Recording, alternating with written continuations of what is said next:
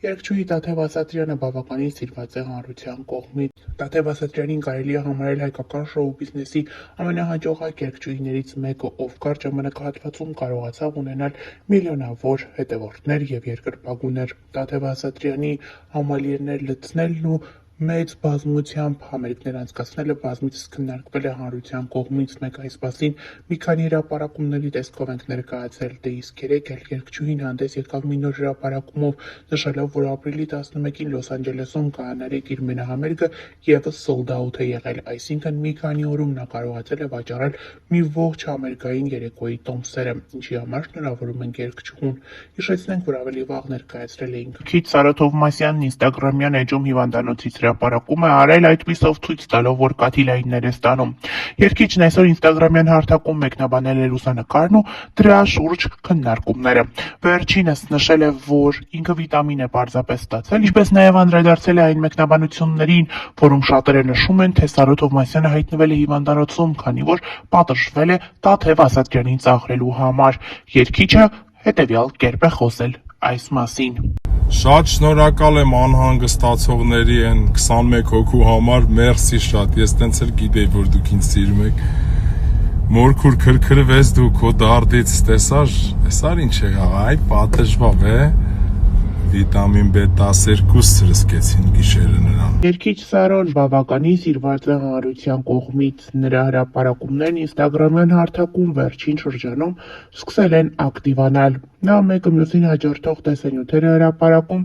այդպիսով նկատում, որ տվյալ կոնտենտը սիրված է ինստագրամյան հետևորդների շրջանում։ Երգիչ Սարոյի վերջին հրապարակումը, սակայն, տարաբնույթ մեկնաբանությունների տեղիք է տվել։ Բանն այն է, որ երգիչն ինստագրամյան հարթակում տեսանյութով է հանդես եկել, խոսելով այն մասին, որ պատրաստվում է ինքն էլ մի օր մասնակցել հարցազրույցներից մեկին, լացակումած խոսել իր անցած ուղու մասին և այդպիսով կարծես թե նա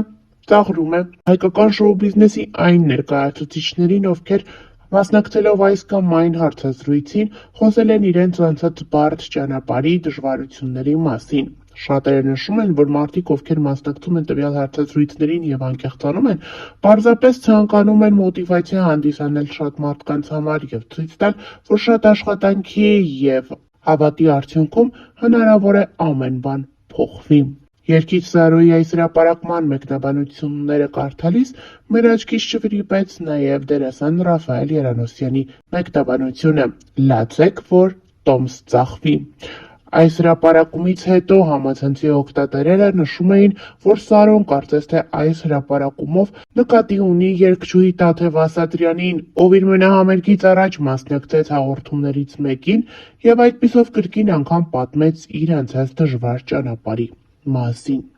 Մեկնաբանություններում շատերը գրում էին, որ Տաթև Ասատրյանին է ծաղրում Սարոն, իր հարցազրույցի հարցերն է ձեռք առնում։ Կոնկրետ կպտում ես Տաթև Ասատրյանին, իր հարցազրույցի հարցերն ես ձեռք առնում, չի կարելի Սարո ջան, քեզ շատ սիրում ենք, բայց այդքան անլուրջ չի կարելի լինել։ Սարո ջան, որ խնդրեմ համերգիդ ինձ մի բան կնվիրես, միշտ երազել եմ թերթի բուտկա ունենամ։ Այսպիսի մեկնաբանություններով էլ մարդիկ միանում էին երգչի հրապարակմանը և այդպիսով շեշտում, որ միգուցե Սարոն նկատի ունի Տաթև Ասատրյանին։ Սարո ջան, դու լավ մարդ ես, բայց ինչի վատ զգացիր Տաթև Ասատրյանի պահով, դու ունես հարգանք, սեր, ժողովրդի կողմից դու ծաղրում ես, ինչի, քո քայլը նախանձության է նման։ Մհերին կամ ամալիային հյուր գնա, մինչև մարտի 8 կարող է համերգներդ մինչև ապրիլի 7 դնես։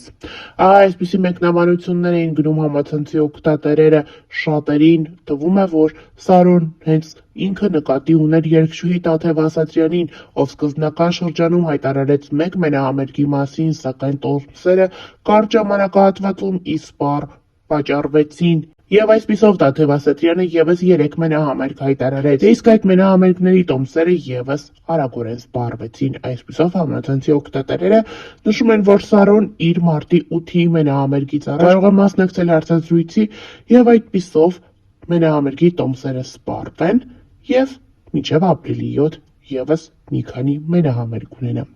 Իրականում ում նկատի ունի երգիչը և իրականում ինչ կարծիք ունի այս ամենի վերաբերյալ երգչուհի Տաթև Ասատրյանը, դժվար է ասել, մեզ մնում է ներկայացնել մի քանի մեկնաբանություն։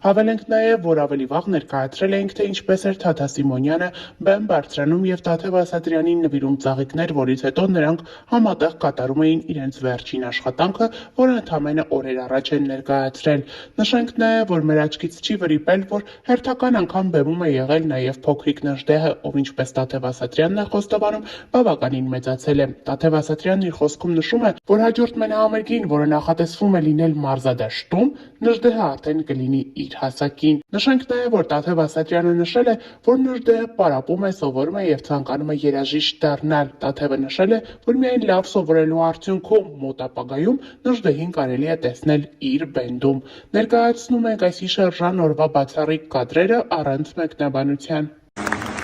Մյուս համերգին արդեն իմ բոյին կտեսնի։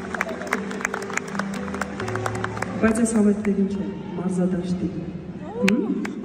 Մեծ տակ։ Ավելի լավ սովորել, հաջորդ անգամներին այն բենդում նստած կլինես։ Արի մոտես։ Հի։ Ժողովուրդ ջան, շատ եք հարցնում, թե Նժդեհը որտեղա ոնց է ու ինչ է անում։ Ուզում եմ ասել, որ հանգիստ եղեք, ամեն ինչ լավ է լինելու։ Չէ՞ կյանքս։ Ժողովուրդ ջան, մենք գրում ենք, գալու ենք Ռոստով, կնասադար